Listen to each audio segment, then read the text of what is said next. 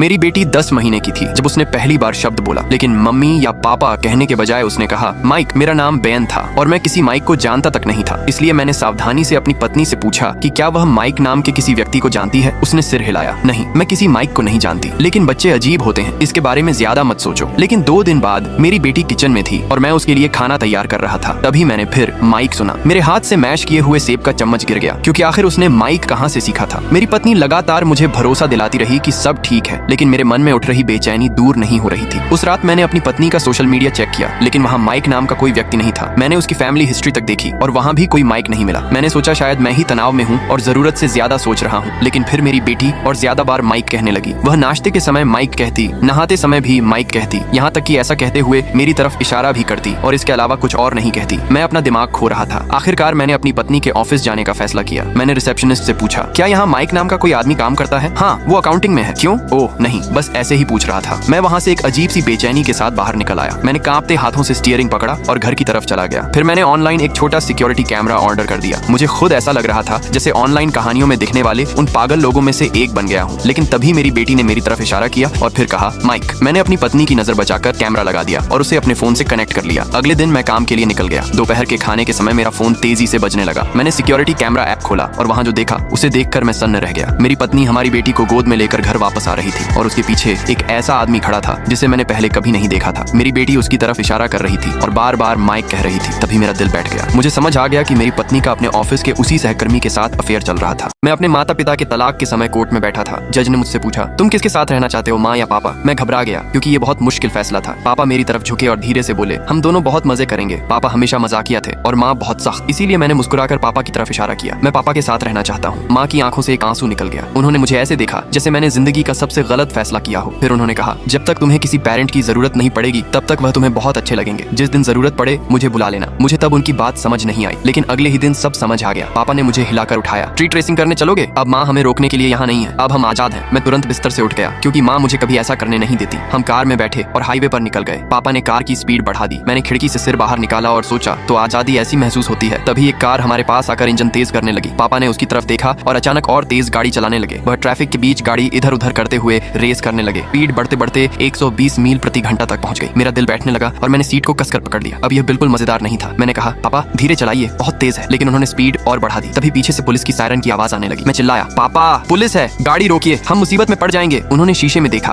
और तेज गाड़ी चलाने लगे। अब कोई मुझे नहीं बताएगा कि मुझे क्या करना है। तभी मुझे एहसास हुआ कि इस वक्त वह मेरे पापा नहीं थे, वह मेरे दोस्त की तरह व्यवहार कर रहे थे। उन्होंने कार को बहुत तेजी से ओवरटेक करने की कोशिश की और गाड़ी पर से नियंत्रण खो बैठे। हम एक पेड़ से जा टकराए। मेरा सिर डैशबोर्ड से टकराया और सब कुछ धुंधला दिखाई देने लगा। मैंने पापा की तरफ देखा और उम्मीद की कि वह मुझे बचाएंगे, लेकिन उन्होंने सीट बेल्ट खोली, मेरी तरफ देखा और वहां से भाग गए। वह मुझे वहीं छोड़कर चले गए। फिर मेरी आंखों के सामने अंधेरा छा गया। जब मुझे होश आया, मैं अस्पताल के बेड पर था। माँ मेरे पास बैठी मेरा हाथ पकड़े हुए थी। मैं रोने लगा। माँ क्या हुआ, पापा कहाँ हैं? माँ ने मेरे आंसू पोंछे। तुम्हारे पापा ने कार क्रैश कर दी और तुम्हें वहीं छोड़कर चले गए। पुलिस ने तुम्हें बेहोश पाया और मुझे फोन किया क्योंकि अभी भी मैं तुम्हारी इमरजेंसी कॉन्टैक्ट हूँ। मैंने पूछा, क्या पापा ठीक है? माँ कुछ देर चुप रही। फिर उन्होंने कहा, जब वह कार से भाग रहे थे तो सड़क पर चले गए। जिस कार से वह रेस कर रहे थे उसी ने उन्हें टक्कर मार दी। अब वह चल नहीं सकते। मुझे यकीन नहीं हुआ, लेकिन माँ सही थी। उन्होंने कहा था, वह तब तक मजेदार है जब तक तुम्हें पेरेंट की जरूरत नहीं पड़ती, और जब मुझे उनकी जरूरत पड़ी तो वह मुझे छोड़कर भाग गए। मैंने माँ से कहा, माँ मुझे माफ कर दो, मुझे तुम्हारे साथ रहना चाहिए था। माँ ने मुझे गले लगा ली। कोई बात नहीं, कोर्ट ने मुझे तुम्हारी पूरी कस्टडी दे दी है। अब तुम मेरे साथ घर चलोगे।